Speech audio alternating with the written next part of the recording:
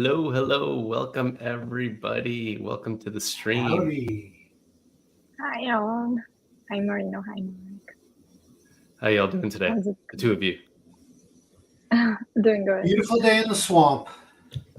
I love it. I love it.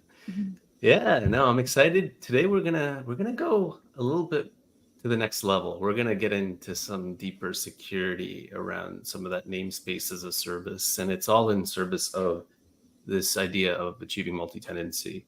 So I was thinking about it, and I was thinking about some of the patterns that we used to work through to achieve that multi-tenancy. And from a network standpoint, there used to be this concept called segmentation. It still exists. And what you would do is you would create network segments that wouldn't be able to talk to each other, and you would stick your developers in one segment and then allow them to communicate. But it's not an ideal approach because it doesn't allow for flexibility in your communications.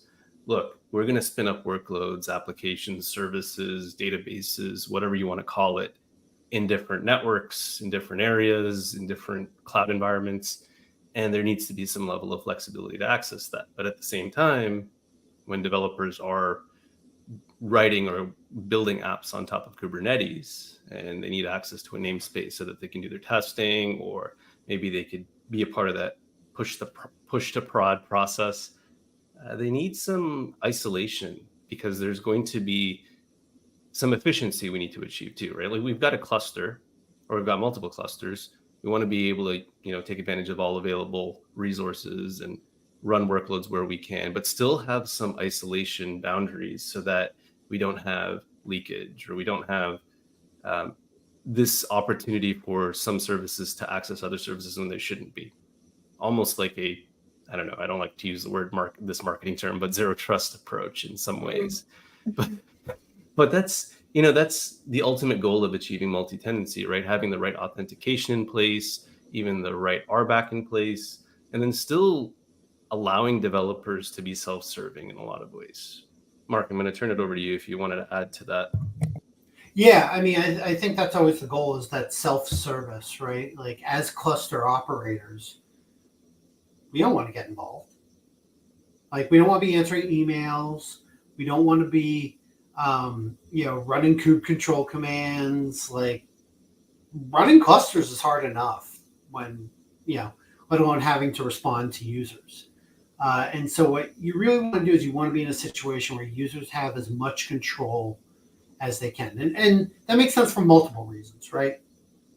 It makes sense for your users because they want to be in control of their own destiny, right? Like if I have an application and that application requires certain uptime, my paycheck might be based on that, right? Like my bonus could be based on how our application is running.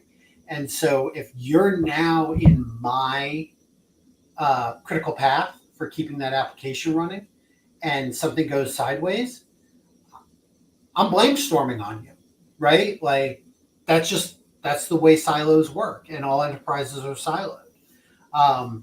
And so it makes sense. It's a win-win on both sides, right? From my perspective as a user, I want to be in a situation where I have as much control as possible. From your perspective as a cluster operator, you don't want to be in the middle, right? You want to just hand it off, get out of the way, and go back to buying hardware or deploying more clusters or doing whatever you want to be doing. What you don't want to be doing is getting into arguments on who's responsible for the application's downtime, right? That's what all of this automation is for. So being able to do that with Kubernetes kind of brings that to the next level because you have the APIs, but now you need a way to get those APIs in front of the user, your users, in a way that's manageable. Exactly. No, and I appreciate you getting into a little bit more of that depth there. So in our environment, in the last stream, what we ended up doing was we actually redeployed OpenUnison so that it supported the namespace as a service capability. So what that means is if a developer or I logged into the portal and I wanted to create a namespace, I could, but I'd still have to go through an approval process where someone would have to come in, approve, and then once that's approved, then the namespace gets created. We're going to take that a little bit further today, right, Mark? What are we going to do today? Yeah, so our cluster has Istio deployed, right? And so you should have a way to be able to say, I want a namespace that needs the sidecars injected. The mechanism for that in Istio is a label on the namespace, right? But that label has to get created. So at what point does that get created? How do you know that the user needs it? As the approver, as the cluster owner, you're approving these new tenants to be created. How do you know that the user wants Istio enabled? So that's the first one we're going to do. Then the next one we're going to do is resource quotas, right? Like once you deploy a tenant, you want to have something that says tenant can't suck up all the resources. So we'll create a simple resource quota and again, update the form so that the resource quota gets generated based on user input, not just based on some kind of static object. You brought up something that I feel like I should just go back in time and talk about. Back in my sysadmin days, we would actually provision a pool of storage for file share access, right? We'd hand out file share access to individual users so that they can store their documents and whatnot, just as a backup. And there's a subtle quota that exists there where they know that they've got maybe 50 gigs of available space to store stuff, similarly to what we get with, let's say, Google Drive or something when we sign up for a new account. Now, what's interesting is how, and this is actually going to lead to a question. So we would go out, give the resource quotas as necessary for storage, and then people would file requests, and then we would expand that storage as necessary. And then there would be situations where we would even oversubscribe, right? So let's just say we had 10 users and we only had 1 terabyte of storage that was available for all those 10 users, but we would give them maybe 200 gigs each. The reality is, are they all going to fill up 200 gigs at one given moment? Probably not. But there's room and flexibility that someone can do 200 gigs while someone else just does 50. And that lends its question to what we're doing here with Open Unison and Kubernetes. Do we have that level of control to oversubscribe? And then if we do oversubscribe on that quota, what's a mechanism that exists to help us prevent some sort of fallover or like your environment from falling over? Yeah, so I don't know if there's an oversubscription mechanism for PVCs for space. But like CPU and memory, absolutely. So like we've got a customer that uses our namespace as a service, and they've extended it to be able to do resource management. So user says, I need so much quota. And then on day 2, tenant says, no, I need even more quota, right? I need to expand it. And so we've updated Open Unison for them, the workflows, to say, okay, let's look at how much resources are left inside of the cluster. And then based on that, make a decision of, can we just automatically approve this request? Or does it need to go to a physical human, right? To say, yes, we need to approve this request. So as an example, let's say, just to make the numbers easy, you have a cluster with 100 gig of memory. The way that the oversubscription works in that scenario is we'll say, all right, even though you only have 100 gigs of memory, for the sake of argument, for resource management, we're going to say you actually have 120 gigs of memory, right? There's an oversubscribe factor. So that way, when we do our calculations and the calculation says, all right, if the request brings us to within 30% of our overall capacity, send that to a human to approve. That's where we calculate in the oversubscription. So the quota itself doesn't have a lot of room for oversubscription. You kind of do with like limits and requests. But like where the oversubscription side of it really comes in is when you're calculating how much you want to hand out at a given time. because if Kubernetes itself, it's just a database, right? Like Kubernetes doesn't do any of this for you. It's just a database with an API. It's your CSI that's figuring out how much capacity you really have. So if you tell Kubernetes, hey, there's 120 gig,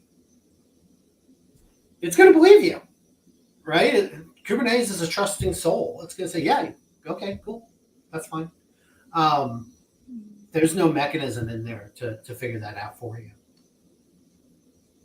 No, that's really cool you bring that up, because that's exactly it, right? You could kind of lie to developers, so to speak, and say, hey, I'm going to give you 4 vCPUs and 32 gigs of RAM, when realistically the machine you're running on probably doesn't even have near as much available.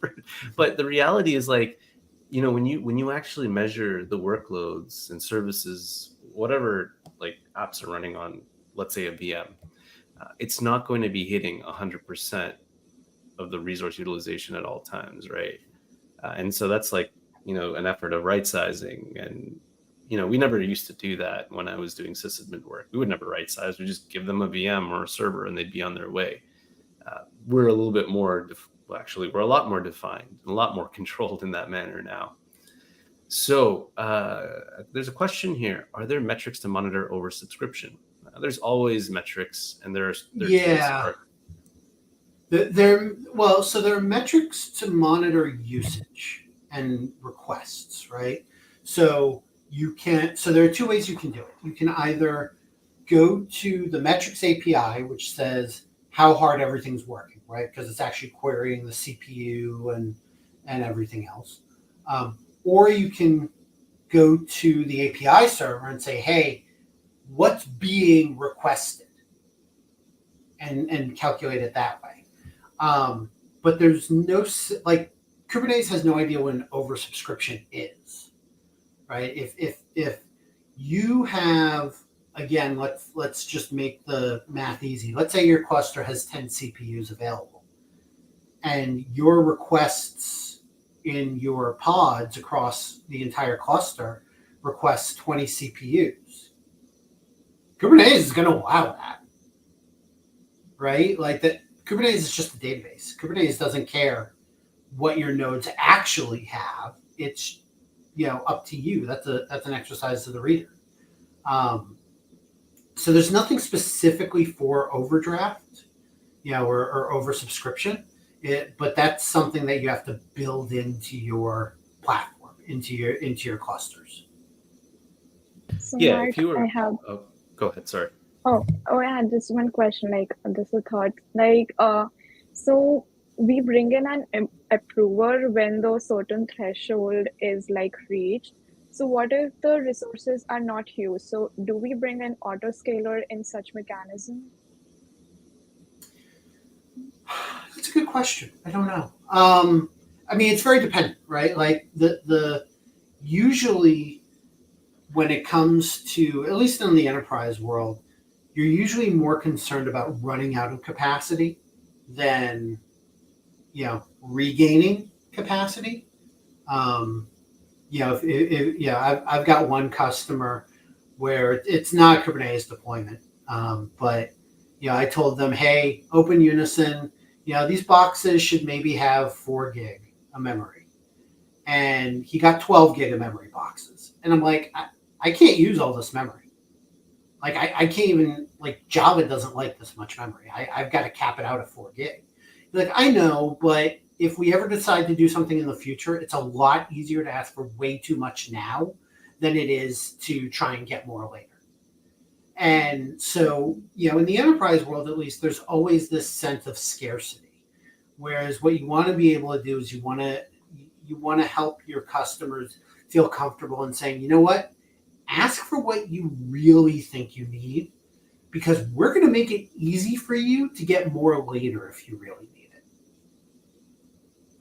As opposed to, let's claw that resources back, because it's very rare. Like, unless you have a time sensitive operation,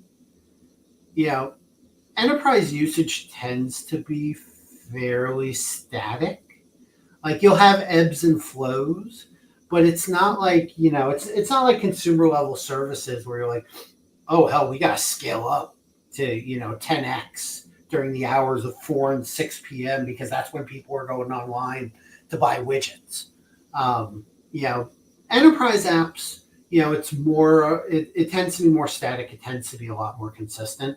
So it's much more an issue of how do you make your users as a cluster operator comfortable with the idea of asking for what they need reasonably, as opposed to sucking up as many resources as they can because they know getting more is going to be impossible. Understand. All right. I guess let's get on with the hands-on stuff. Yeah, let's have some fun. So, Marina, why don't you go ahead and share your screen? Log into Open Unison. 1 second.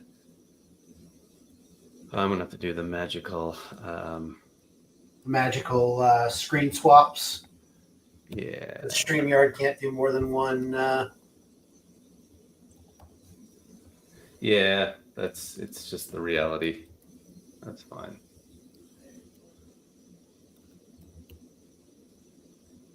All right, let's see. Plus.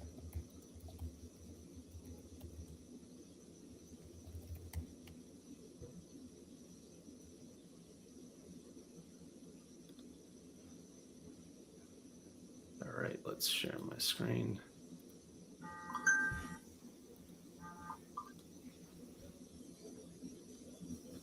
Okay. All right. So, a couple of things since our last episode. You'll notice Kelly's back. So we had to make a change to the values.yaml file. Two things we needed to change. One was we needed to stick in an organization. So when we upgraded from the login portal to Namespaces as a service, that little tree up there appeared. So we were able to move badges around and have them in specific places. And Kelly got a little lost there, so I fixed that part.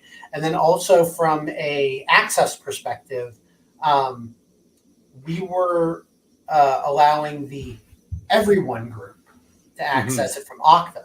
But once we switched over to Namespace as a service, we now had internal Open Unison groups. So I had to change that to users. So Kelly's back though, and we'll have fun with that later. But go ahead and click on New Kubernetes Namespace. All right. So it's easier to see. So you'll notice here, if you tuned into the last one, we've got two new boxes. We have the administrator group and the viewer group. So this is where we were having some issues last time, was being able to choose Which group? Which I see what group? you're saying. Yeah. So okay. now we're actually pulling that out of Okta. So we got that fixed. We had to tweak the values.yaml a little bit. But so here's the question. It's an Istio cluster. Not every namespace needs the sidecars. That's right. Right? So the question is, how do we collect that information? And then how do we provision it into our cluster? And so open up a new tab. And what, I think where you're going with this is like whether or not we enable the sidecar piece, right? Yep. Okay. And we're going to do that from the form. So if you go to openunison.github.io. 1 second.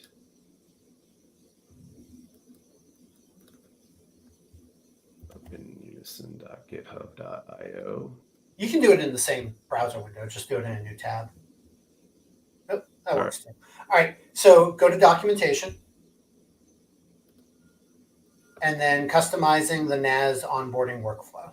Yep. So there's on the side panel, you'll see custom attributes on the right-hand side. Yep. So Open Unison lets you define custom attributes. Now, the custom attributes serve a couple of different purposes. One, it provides a way for you as the cluster operator to ask your customers for information. Two, it provides a way to give feedback to approvers, right? So if I have opened up a request for a new tenant, for a new namespace, that new namespace might need Istio, right? Or it might need quota information. Now, one thing I want to point out here is that this isn't just about the UI. Remember, these are all API driven. So let's say you want to integrate this with your ticketing system, like ServiceNow, or you want to integrate it with Backstage. You don't have to use our portal. We still give you the APIs to do everything and all of the metadata to drive your own UIs. So here we have an example of creating a Istio-enabled drop-down box. Something that lets us say, do we want it enabled? Do we not want it enabled? But really, think about some of the other use cases here from a business perspective. Multi-tenancy, chargeback, right? Like, who's paying for it? This is an opportunity for you to provide additional metadata that says, charge back this group inside the organization. Go to So these, we can, right? Like it gives you an opportunity. Go ahead, man. So what I was going to ask is we could basically like modify this and add our own custom stuff if we wanted to. Exactly. Okay. So as an example, I've got one customer that does charge back. And so they need to track certain pieces of information out of SAP in order to do that chargeback. So we collect the information for them from the new onboarding form. So it's not just the technical side of it; it's the business side of how you manage your clusters. Then once we get that information, we then need to do something with it, right? Mm-hmm. So for Enable Istio, this is pretty straightforward. So you go to the next one, namespace labels and annotations. So I think it's actually just the next section down. Yeah. So this one's pretty easy, where we're not really doing anything crazy with it. We can just inject it directly. And, of course, from a security perspective, you always want to sanitize your input. That's a nice thing about our APIs is you're providing all of the validation information. So if somebody were to call the API separately and say, try to inject something besides enabled or disabled, it would get rejected by OpenUnison. So you've got that data validation layer in there as well. So I sent you a new values.yaml file. Mm-hmm. So what we're going to do is we're going to update that so that we can collect this information.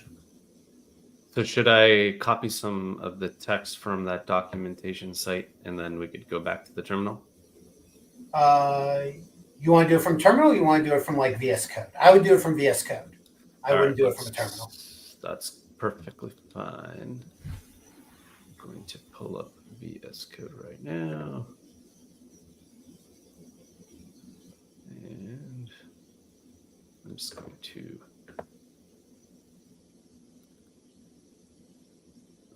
no, don't open Xcode. That's not what I wanted. Open with Visual Studio Code. There we go. All right. Yeah, Xcode. You open it, it takes 15 minutes before you can look at your YAML. No. All right, so we are going to look for the OpenUnison section.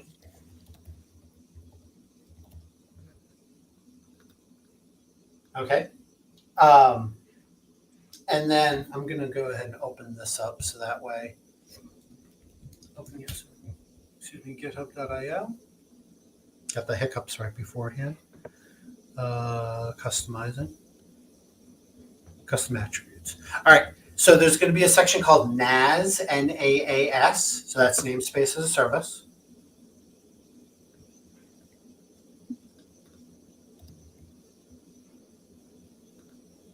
Okay. Yep.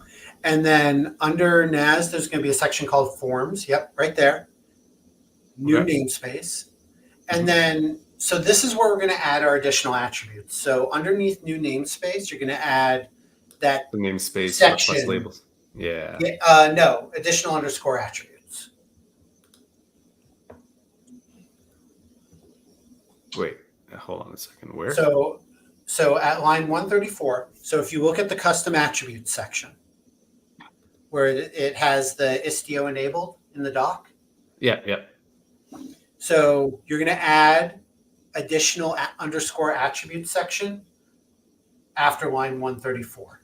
It should line up with use default. Oh, okay. I see it. There's an example right above it. Additional attributes. And if you want to just copy and paste it right out of the. No, you're in the wrong section. You're looking at the namespace labels and annotations. Go to custom attributes. Go up a section. Yeah, that's what I'm looking at right now. No, you're down at the bottom. Go up one section. No, in the documentation. Yeah. Yeah, I'm in the custom attributes section, right? No, you're in the namespace labels and annotations where you copied that out of. Look for additional underscore attributes, and you'll see what I'm talking about. Yeah, and then you want me to do dash name Istio. Yeah, exactly. That's the part that you want to copy and paste in. All right. Oop.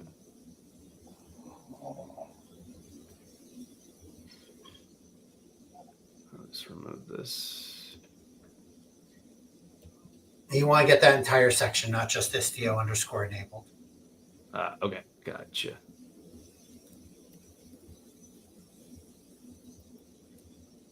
There we go. Okay, so a couple of things are going on here. So first thing is the name, right? Mm-hmm. So every workflow, so Open Unison, all its actions are driven by the idea of a workflow. And the workflow has two places to store data. The first is in the user object. So we're originally an identity management product. So the idea is you're creating and updating identities. So there are attributes in the identity. But then the request is just this generic place to store information throughout the workflow. So like if you're used to like web development, every web development has a request that's scoped to that individual request that's being made. Same type of deal. It's just a place to store things across the request, across the workflow. So Istio underscore enabled creates an attribute in both places, the user attribute and in the request. So that way you can access it from both ways. Display name, so that's what's going to show up in the form. The regex, so if it's a text-based request, so we'll do that next, where you say, okay, like I want to make sure that you're only entering a number, right? Or a number followed by an M. That's how you do that, is using a regex. And then, again, minimum characters, maximum characters. That's, again, if you're using text-based. If you're using drop-down like we're going to do here, it needs to be in there, but you don't need to worry about the values. Unique. So if you think about this from an identity perspective, if you're registering a new user, you want that username attribute to be unique. So we'll validate that for you. This isn't an identity. This is a namespace, so no big deal there. So next we get to the type. So we have support for a few different types. The simplest is text, where it's just a text box. You can also do a list, which is what we're going to do here, or a dynamic list. A dynamic list is like the groups, right? It's dynamic, the values. But here we're going to be static. And then our values are what the user sees equal to what the data point is going to be. Make sense? Yep. So if you save this, and then let's go ahead and upgrade the chart so we can see it pop up. So hold on a second. What about the Istio and the labeling piece? We're going to do that next. I want to go slowly so that you see every little bit. Okay. So if you save that, and what you're going to want to do is we don't need to run the whole OU control command again. Mm-hmm. All you need to do is upgrade a chart. So if you do Helm upgrade, this one. I'm going to send it to you in the private chat, Marino. Cool. Path to values.yaml. So the nice thing about the Open Unison workflow language is that it's hot updatable. Open Unison is itself an operator. It's looking for these objects when they get updated. So when we run this Helm upgrade, the changes are available immediately. We don't have to do anything. We don't have to do anything special, and we don't have to restart everything. So it makes development a lot quicker.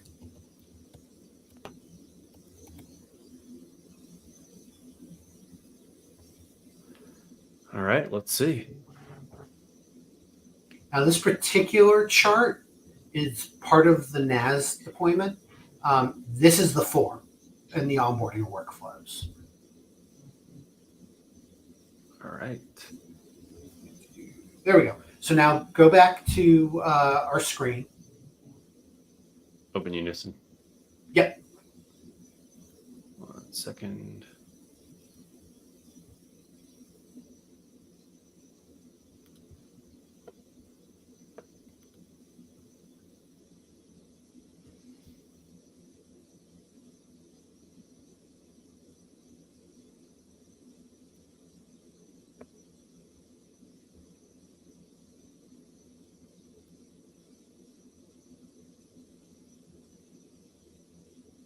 There you go. Click on new namespace. And look, enable Istio sidecars. Interesting. Right? So now we have a way to ask for the information. Mm-hmm. Now go to developer tools.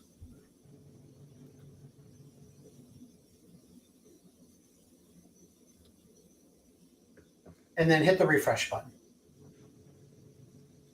So now let's say you want to integrate this with like Backstage or some other system. Mm-hmm. Click on config. It's about 3/4 of the way down. Keep going, down, down.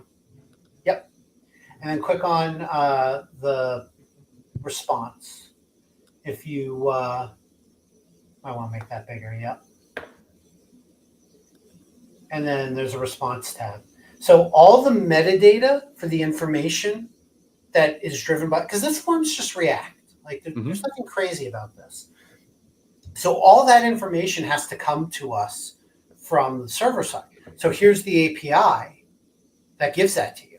And this API is all documented on the website. There's a Swagger doc, so you can generate client stubs. At some point, we're going to do like a Backstage integration to make this easy. But what you can see is this is all API driven, so you can use this to drive your own forms however you want to. So if you want to use Open Unison's portal, awesome. If you want to use something else, the APIs are available. So now we need to go ahead and add the thing that that actually does something with the information. That injects the sidecar, basically. Exactly. Okay. So this is where we're going to update the namespace label and annotation. All right, let me represent my VS Code.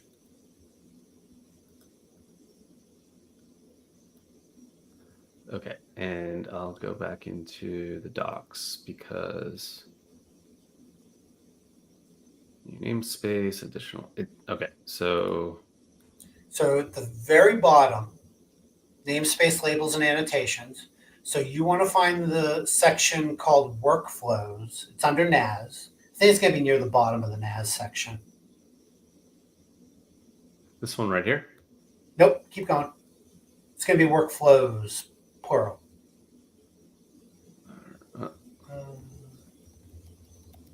There we go. There we go. Okay, so new underscore namespace. And then this is underneath new underscore namespace. That's where you're going to add namespace underscore request underscore wait. Yeah, exactly. All right, let's move this back a bit. Now, if you wanted to do annotations, same thing, right? It's just we only need labels for this one. Mm-hmm. You'll notice the name of our label is Istio-injection. Mm-hmm. The request attribute that it's coming from is Istio_enable. So that was the name of our attribute higher up. I'm pointing up in the air. Higher up that we originally created. So if you go back to where we set this up, yep, the name is Istio_enable. So that's how those two pieces tie together. Mm-hmm.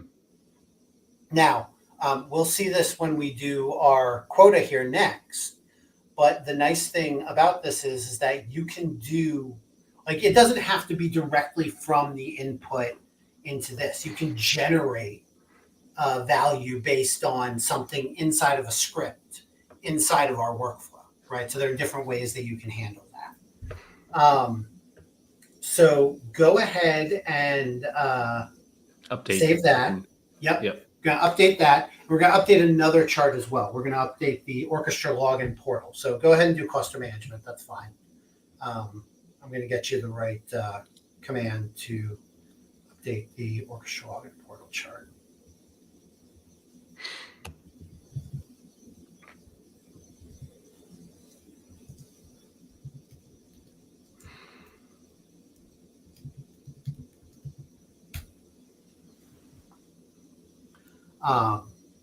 And then the other thing that happens here is that, and we'll see this when we request to create a new namespace. And then go ahead and do the second one I just sent you for orchestra login portal. Is that additional information is important context for the approver, right? Like if I'm asking for a new namespace and you as the cluster owner don't know whether or not I'm asking for Istio, how do you make that decision, right?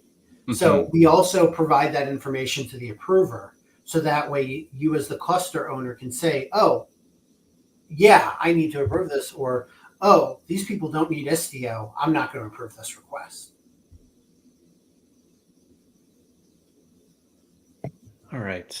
I think should be almost there. There we go. So go back to Open Unison.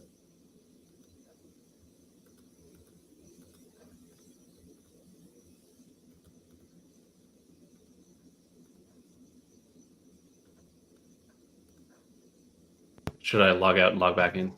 Nope. Okay. Go ahead and click on New Namespace. You can close that that thing. Yeah. All right. Go ahead and create a namespace. Space name, Kubernetes,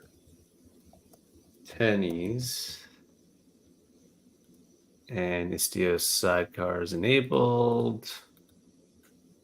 Any specific group that we want to do? Do the ext-admins. I think that's why we created it. Okay. And then viewer group, anything? Yeah, do ext-viewers. Got it. Okay. Internal access groups enabled. Yeah, I'll leave it enabled.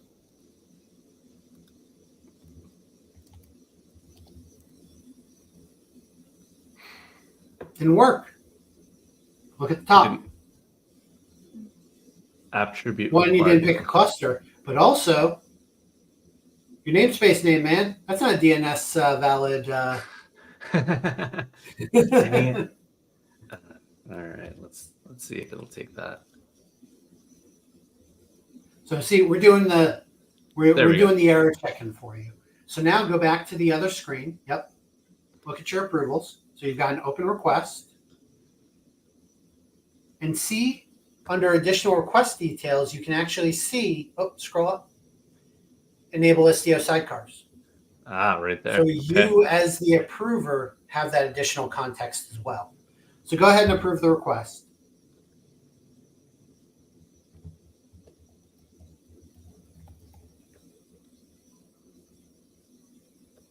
All right. So now I think we can see this in the dashboard. Go over to let's go to the dashboard. If you go to, I don't remember if the dashboard shows annotations on or labels on namespaces. Let's go find the namespaces. Let's go see which is the one we just created. It was Kubernetes. Yep, there we go. Istio injection Enabled. Yep, so there it is. We have now automated the onboarding of an Istio enabled application, right? That's pretty damn cool. You didn't write a single line of code. You didn't use kube control once, except to do a Helm update. And that's all audited. So it's all inside the system. Now, let me ask you, could this work for any sidecar-based service mesh? Sure. I mean, we don't care that it's a sidecar-based service mesh. We just care that we needed a way to update labels. Right? That's actually pretty powerful, yeah, because this could be flexibly used for, let's say, ambient mesh even, right? Ambient mesh doesn't inject sidecars, but it's still what it aims to do is anything in a namespace that is tagged for ambient mesh, the rerouting is redone basically with the daemon set that's been deployed at the node level. So, yeah, this is pretty damn cool. Okay. And you think about other use case. I mean, because the namespace is is kind of a unique object in Kubernetes, right? It's a namespace object, but it's really a cluster level object, right? So it's very common to use annotations and labels on a namespace in order to control access, right? So if you think about, let's say you're using pod security standards, right? Or pod security admission is the name of it, right? The replacement for PSPs. That's controlled via annotations, either annotations or labels. I don't remember off the top of my head. But the point is that you can say, okay, I need to request a namespace, and I need this namespace to have privileged access.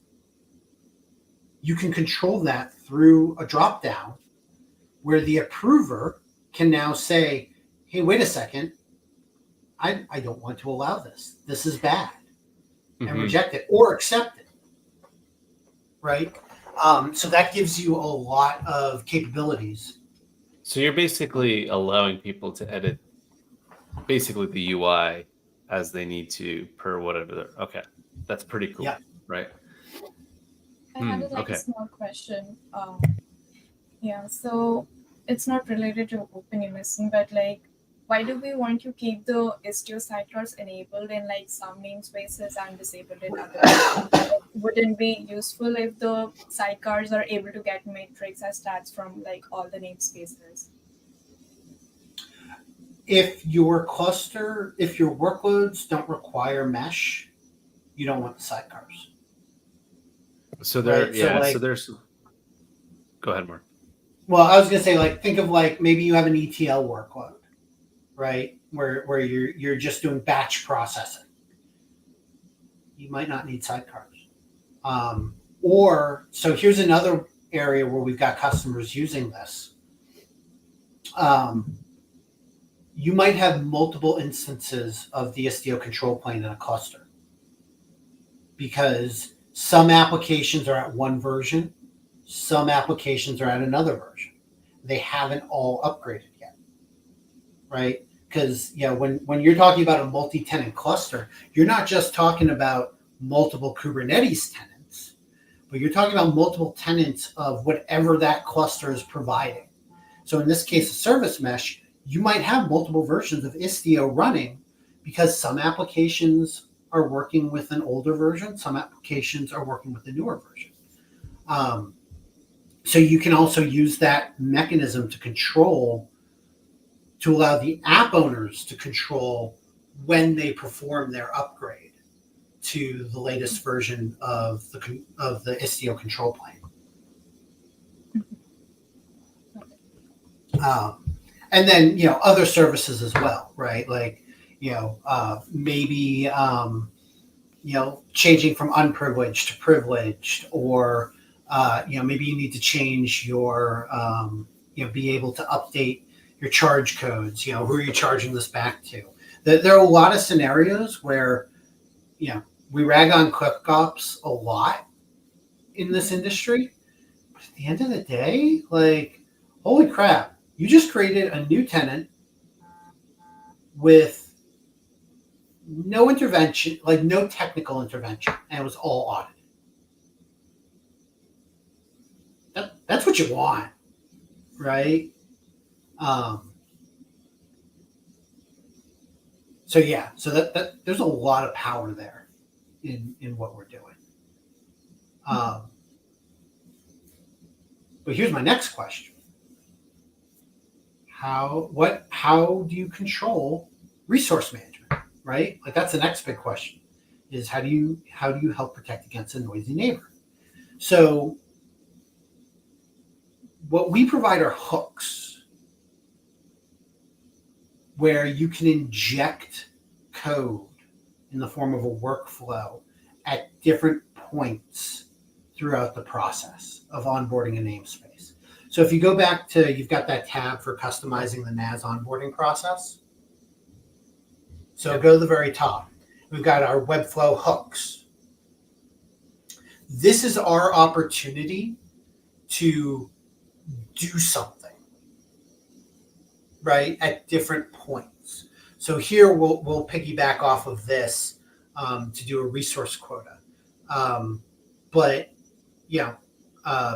Siam had, from Loft that said, hey, you should extend multi-tenancy with vCluster, right? Well, in Kubernetes and Enterprise Guide 3rd edition, when we do the vCluster chapter, that's exactly what we do. Once we're done creating the namespace, we then have a workflow that deploys the vCluster into the namespace. Oh, damn. Oh, that's pretty cool. Right? Like, yeah. So it's extremely extensible. And this, I think, is a big difference between Open Unison namespace as a service and other namespaces as a service is we as a industry, as a community, are obsessed with declarative infrastructure, right? Like, it's almost a little unhealthy how obsessed we are with how everything needs to be declarative, right? I mean, that's what we're always going for. But the thing is you can't always do declarative. You sometimes need to have some logic that kind of thinks through it, right? If A, then B, if C, then D. And you can't do that in a declarative way. I think it was Joe Beta who used to say, do your declarative imperative work to generate static YAML. And so you get into these scenarios where you might have a Helm chart or JSON, I think was the thing they were using at the time, that would generate the static YAML, and then that's what would go into your Git, right? Well, I'm glad you brought that up, because if you were attempting to do like the CKA, Certified Kubernetes Admin exam, you want to be familiar with generating imperative YAML, right? And it's for the sake of the task, but it's just the same kind of exercise, because you'll probably generate a YAML, realize that you need to patch something else, use that same YAML to patch it, and then now you've developed a new workflow that you can integrate with Git after enough testing. So pro tip if you're trying to prepare for the CKA, which I feel like I need to go back and do. It's been quite a while. Anyways. I got rants about the CKA and the CKAD. That there's my land's in Kubernetes jail. The CNCF might send the secret police after me. So the approach we take is to say, all right, give you a place where you can have your imperative actions, where you can make your decisions, then generate your YAML, right? Or maybe kick something off that doesn't. So like in Kubernetes Enterprise 3rd edition, the final chapter, we use Pulumi to deploy an IDP. But we don't use Pulumi after that. Like once it's deployed, you're done. It's kind of like the network. right? You stand it up once, and this used to be a thing. Like you'd stand it up once, and then you really wouldn't change it unless you were making device changes or you were trying to grow capacity, and that wouldn't be so often. Right. But if I'm using Pulumi to stand up my environment, Pulumi is really good at talking to lots of different. Like we can talk to anything, right? But Pulumi's really good at that too, and they've got a lot more infrastructure to do it. So maybe what you want to do is kick off using the Pulumi operator a process, right? You could do that here. Like I talk about vCluster. We don't deploy vCluster directly, right? The vCluster deployment is the vCluster command is just a couple of Helm charts and a trench coat under the covers. It's like the OU control command. Yeah. So instead, what we do is we kick off a job, and that job runs the Helm command, right? We could just as easily kick off a Pulumi program or a Terraform or whatever, right? So you're not, Open Unison can do a lot of this stuff natively, especially when there's just an API to call. But once you get to something a little more complex, there's places where you can now do that. So what I thought would be cool to do, so we've been at this almost an hour, right? What I thought would be cool is let's create a resource quota with input on the form. Okay, let's do it. Let's do it. So take the sample YAML that's in there for the pre-run workflow. This one right here. And let's go ahead and drop that into VS Code. All right, let's okay. And then I'm going to stop sharing.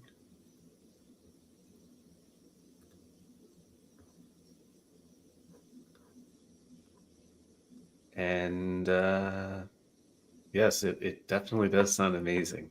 The thing is, like, when you think about deep enterprise solutions, sometimes they don't offer a lot of flexibility, but sometimes you need that level of flexibility, and that's what Open Unison is giving you. I mean, without compromising the integrity of what it's actually supposed to do, there are custom add-ons that folks are trying to add on. Like, look, if you want to get to a level of, hey, let's not use Istio, let's use Cilium instead, right? It shouldn't be much more work to be able to take advantage of that as well. Well, and also has been so. Oh no, yes. No, go ahead, Nakansha. Oh, I was just saying this. Sudhanshu has been so consistent over like all our Twitter Spaces and YouTube streams. I see him everywhere, so he's been following Nice. since the start. And All right. often in the technology world, the customization part's really important part to talk about. In the technology world, we often talk about, how technology should work.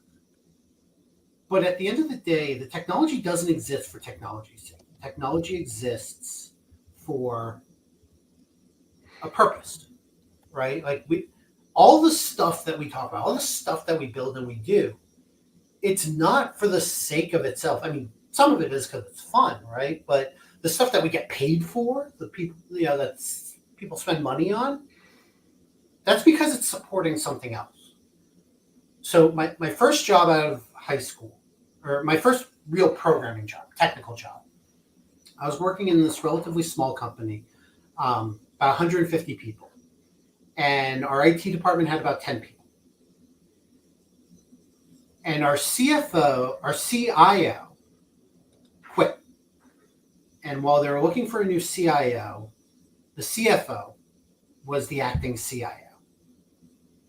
And I remember sitting in a meeting with him, and they were looking at replacing their ERP. And the technical lead was like, yep, we are going to get an ERP, and we're not going to customize it at all. It's going to be just commercial off the shelf. So that will make it very easy to upgrade. And the CFO just kind of looked at him like he had 12 heads. It was like, are you insane? We're not changing the way our business works so that you have easy upgrades. That's not the way the world works, right? So We as technologists might say, oh, we want to keep these upgrades simple. It's like the YAML question, right? Imperative versus declarative. We want everything to be declarative so that we can just make a little change and everything propagates out. But that might not work for what the business needs. And sorry, if your technology solution does not support the business, that's not going to fly real well. So the customization and the ability to easily customize, I think, is a really important thing when it comes to how we stand up infrastructure, especially infrastructure that users are going to interact with, right? Like it's different when it's stuff that we just interact with. Like if we're just interacting with a cluster and we want to manage it that way and we're the only people who have to interact with it, no big deal. But once you start getting into multi-tenancy, that becomes a big issue. So let's make one little customization here. So let's scroll down. And so we've got our spec for our quota. And let's make the number of pods configurable just to make our lives easier.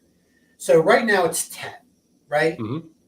So you can see if you look at a couple of places like target name, you see that thing between $2 signs? Yep. Name of the cluster? That's a variable from the request object.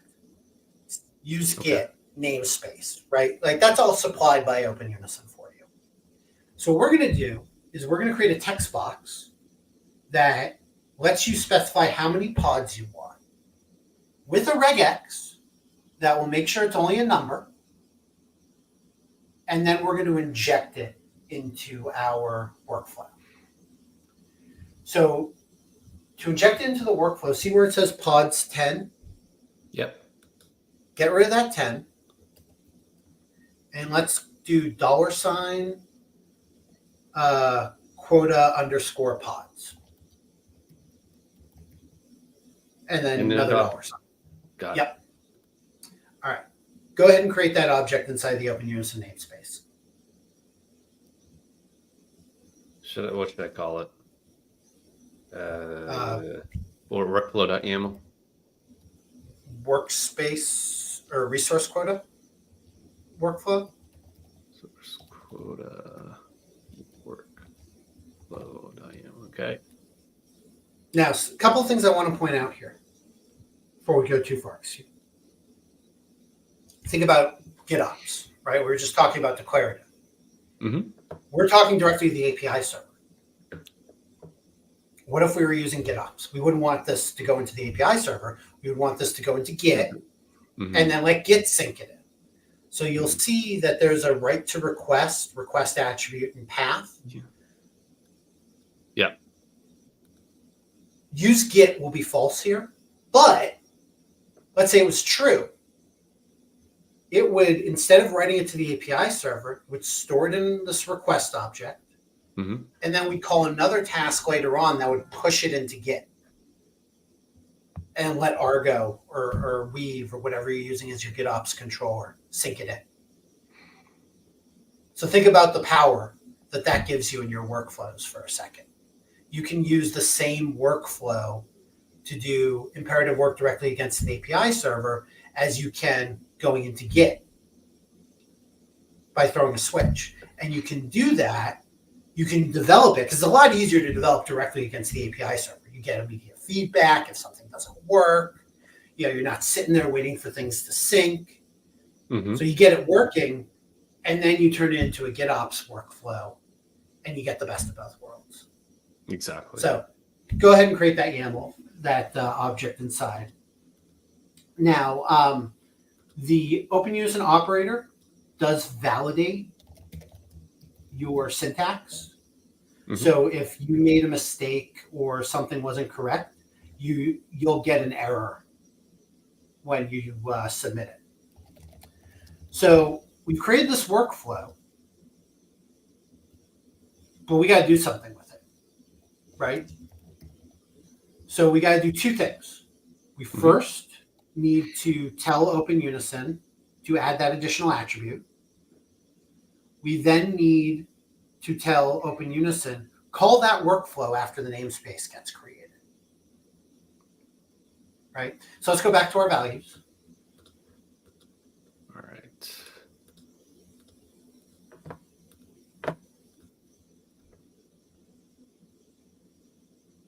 And let's go back to that attribute section where we had Istio injection. I think if you just look for Istio_enabled, you'll find it. Right there. That's the namespace labels. We don't want that. We want where we define the attributes for the form. Yep. So let's duplicate Istio_enabled. Let's just duplicate that block. Oops.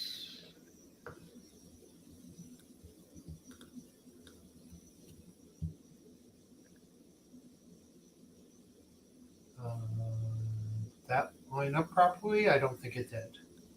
No. You back up just the dash name, I think. Yeah. Oh, no. You almost screwed up.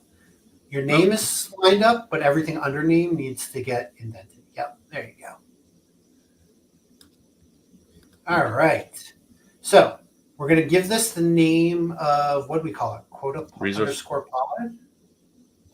Now, go back to the workflow. So what do we call it? Quota_pods. Yep. So let's call it quota_pods, just to make our lives easier. Why did I do that? I do that all the time. Control B versus Control V. Yeah, that's always fun. Okay. All right. Okay. And then display name. So requested maximum number of pods, I guess.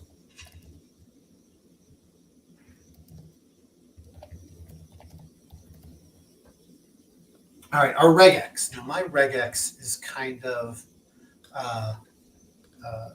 regex for numbers only.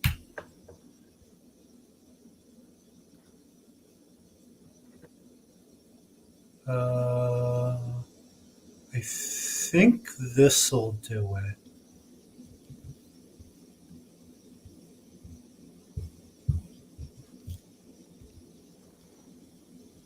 I think that should do it. Yeah, okay. We're gonna use the caret. It's gonna be fun to type that. Hold on a second. So keep it in quotes, right? Yeah, you're gonna want to keep it in quotes. With okay, that's it. Yep, that should work. We'll find out pretty quick. And then as a failure message, must be a number.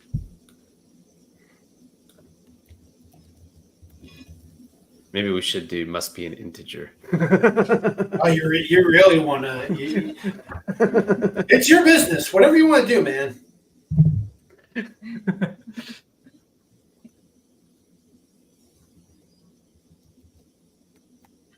There we go. All right. All right. So min cars, let's set it to 1.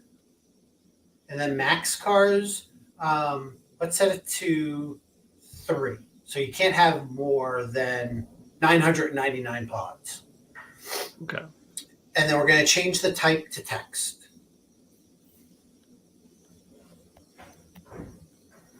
So, and we can just set values to an empty list.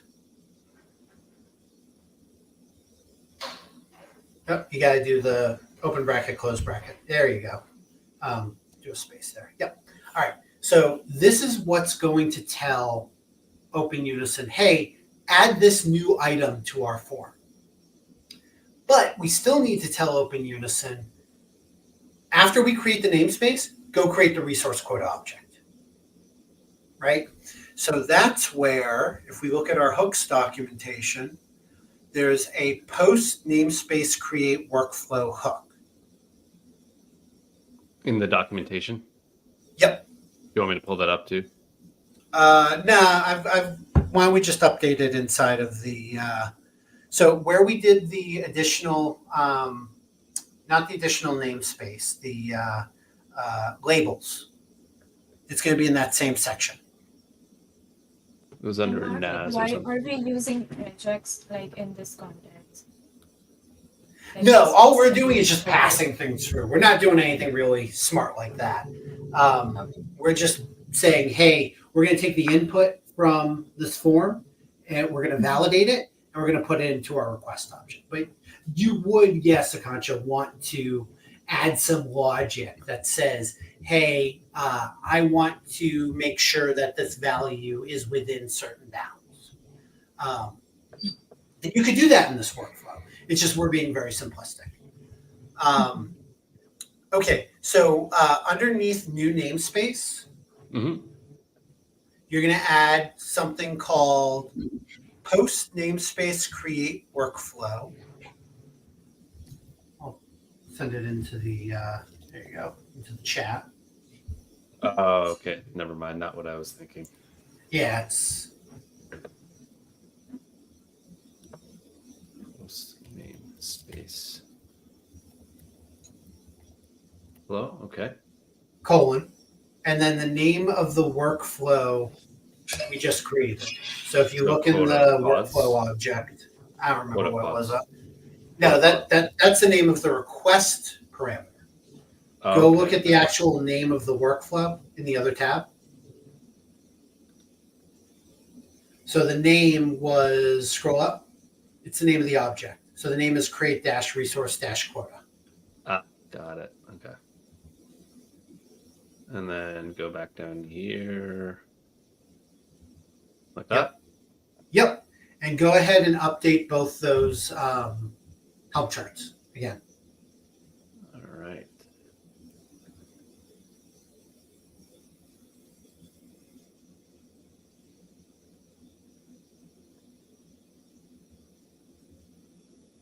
Oh.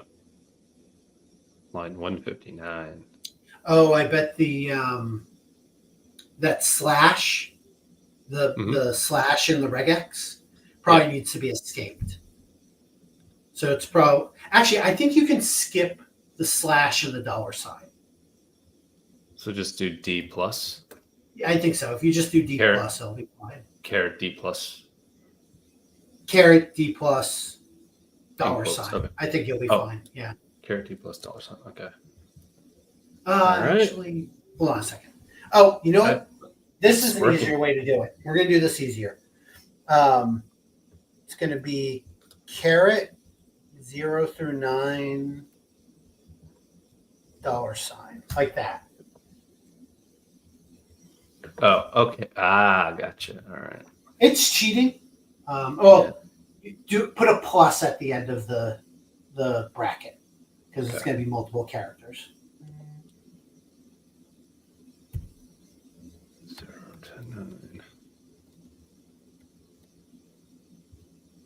Okay. Let's give this a shot and see.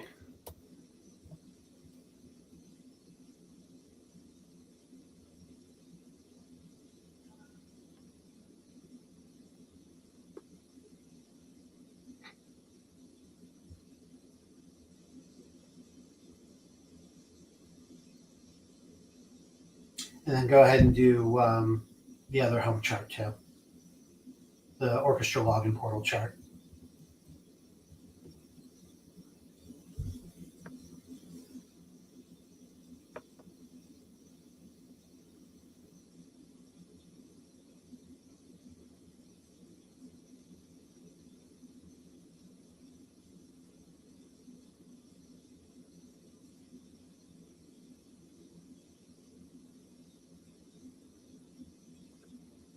Tick tock, tick tock. Come on.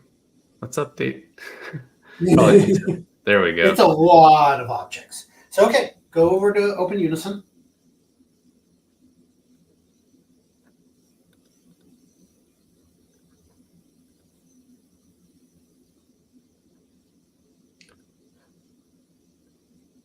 All right.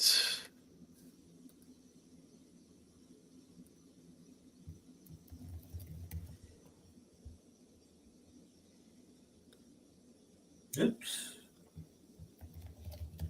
No, something's broken. Go back to scale. Just get rid of all the slash auth. Just go to the host name.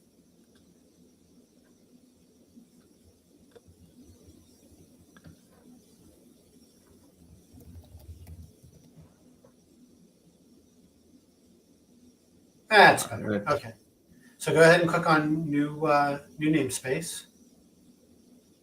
And we can see we have this additional Nice. thing, requested number of pods. So let's go ahead and create a new namespace.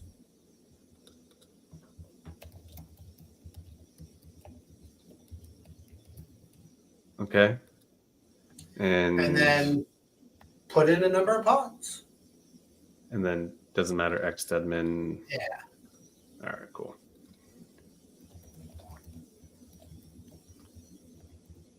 Actually, I want to do something. I just want to see what it does. So failed must be a number, right? So we're doing our validation. Okay, I'm gonna do -1. I just want to see what shows up. Yeah, because I don't think that's gonna. The minus wouldn't qualify. Yeah. All right, we'll do 20. Now let's see if we wrote it correctly. And okay, Yep. cool. So like that. So now go ahead and approve it.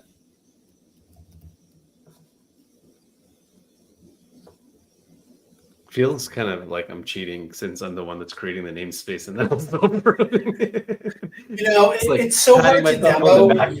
back. Yeah, it's super hard to demo to do it the right way because you end up having like, okay, I'm going to switch screens, I'm going to switch logins, and it doesn't end up looking good. But you can see, okay, this person's requesting 20 pods. You know, if the person was requesting 2,000 pods, you might be like, no, I don't think I'm going to allow that. So it gives you as the cluster owner a chance to make that decision.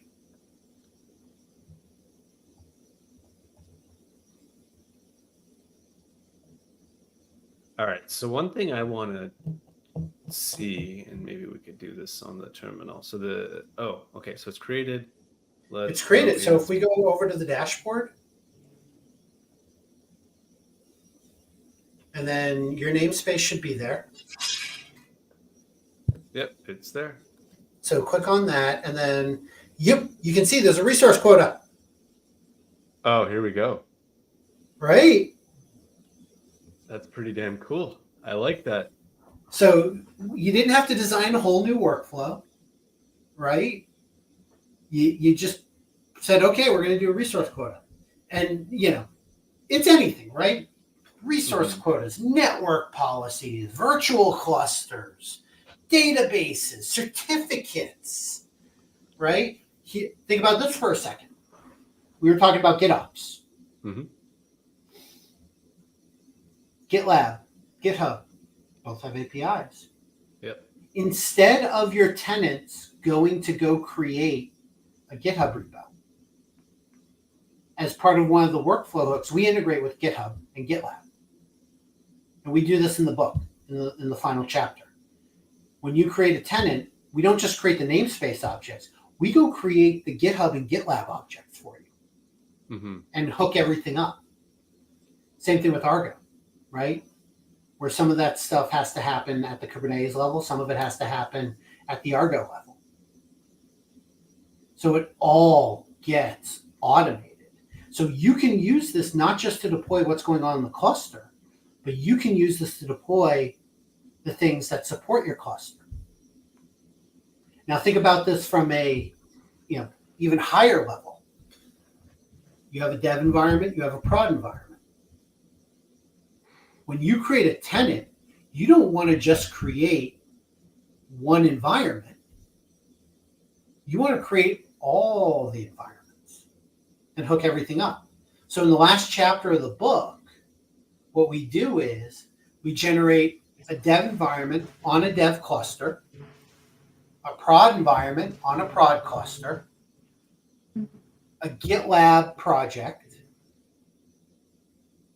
forks with different permissions,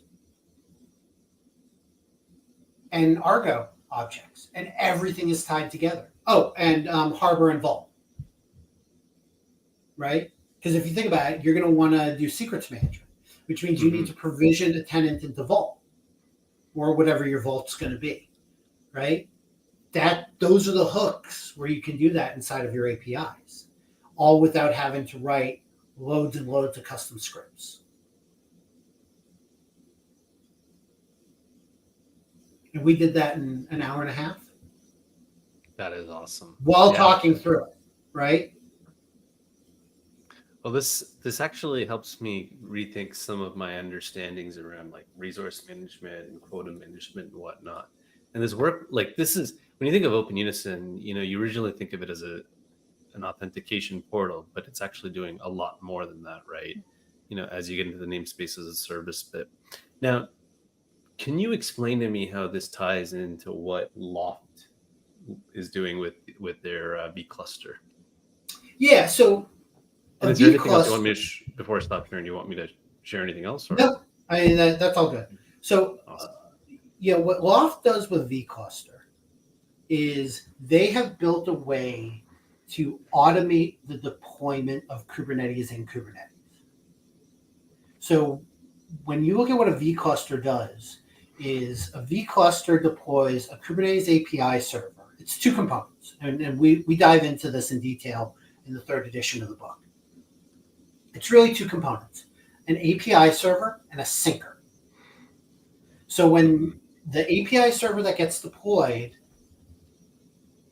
is, that's what the pods talk to. When the pods want to talk to an API, they talk to their own local API server. But then vCluster takes that information and syncs it into the host. So the pod that runs inside of your vCluster is actually not running in the vCluster, it's running in the host cluster. It just thinks it's running in the vCluster because Vault has rewritten the pod to say, okay, don't go talk to the host cluster, talk to my API server. So all the environment variables, all the DNS that you would expect to go to your host cluster actually goes to the vCluster. The trick is you need something to launch that, right? You need something to deploy that. It'll live inside of a namespace. You just need namespace admin privileges and it'll live there. But you still need to create that thing. So where we then come in is we come in at 2 levels. The first level is to automate the onboarding.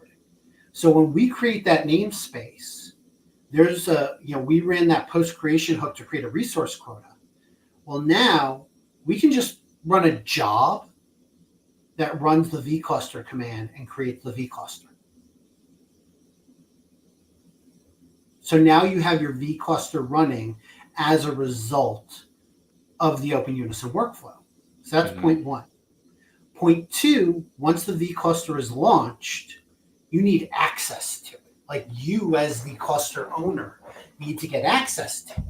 So if you deploy vCluster with the vCluster command, there's a command called vCluster connect. And what that does is that sets up a port forward to the local API server with a certificate to authenticate to it. Thou shall not use certificate authentication, right? For all the same reasons you don't use it in your host cluster, you don't want to use it in your vCluster. So what Open Unison does is that level of authentication that you have with the host cluster, you now get with the vCluster. You get SSO directly into the vCluster. You get dashboard. You get kube control access. The exact same thing. The only difference is, and actually, can I show it? I think I got it. Let me see if it's up and running. Can I get on my VPN? I think I can. Okay, I'm on. All right, let's see here. I'm going to go ahead and close this out and kill Firefox and restart it. Okay. IDP.cp2, or no, idp.cp2.tremolo.dev.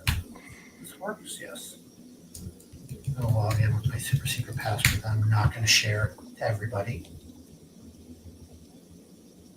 All right, so let me go ahead and share this. Present. And I want to share. Here we go. All right, can y'all see this? I do. Okay. I love. I'm seeing Harbor there, and it's giving me like some nostalgia from my days at VMware with Project Harbor and whatnot. I'm really having fun with Harbor because it's just so simple. And sorry, for those that don't know what Harbor is, it's actually a container registry that does things like image scanning and a whole bunch of other stuff too. But if you're looking for like an on-premises alternative or something that you can control on your own, instead of using something like Docker Hub or GC HR or something like that, or some other container registry, Harbor might be it. Yeah, and that's why we went with it so this is the lab that we build in the last chapter of Kube Enterprise Guide 3rd edition. And so we've got a control plane cluster, then we have a dev cluster, and we have a prod cluster. Now I'm going to go over to my Kubernetes dev dashboard.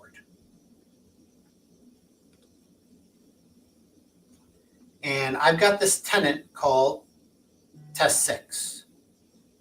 Now you'll notice, I'm going to make this bigger. It's kind of hard to see.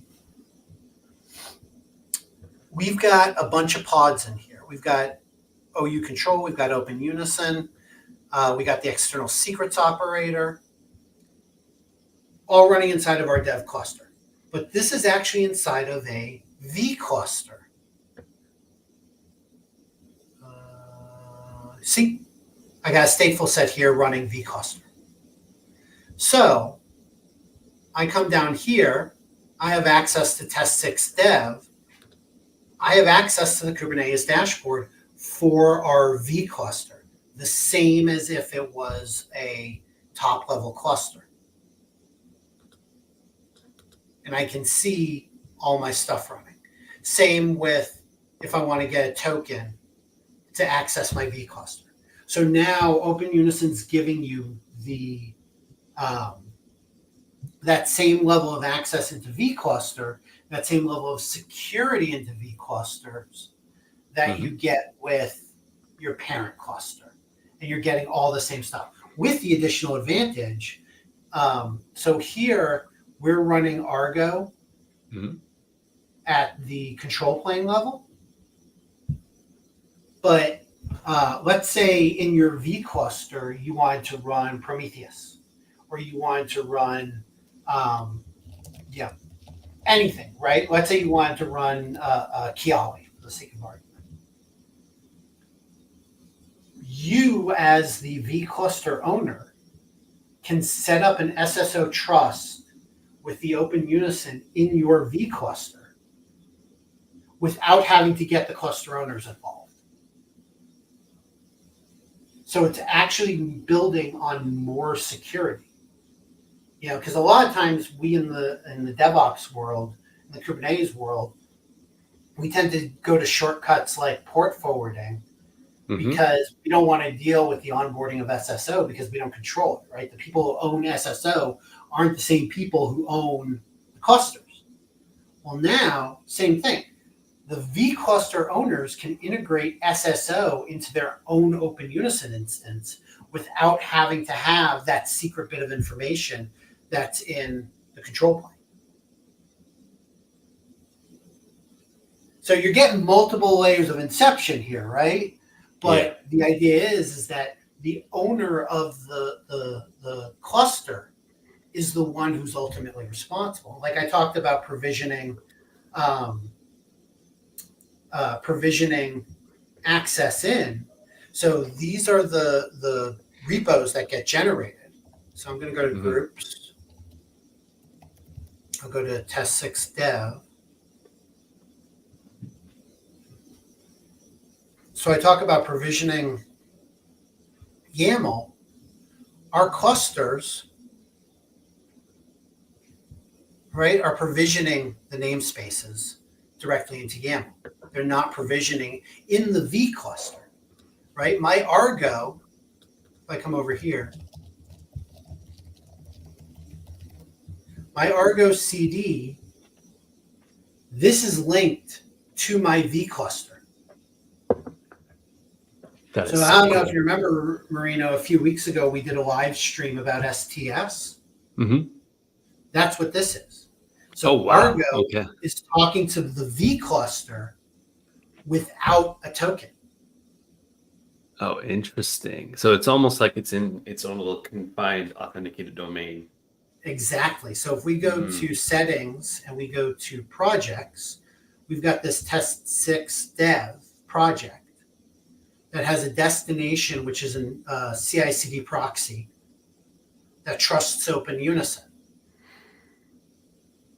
And then that gets created based on, follow the bouncing ball here. So I'm going to go, if Carlos Santana is watching, he's going to love all this YAML. So we generated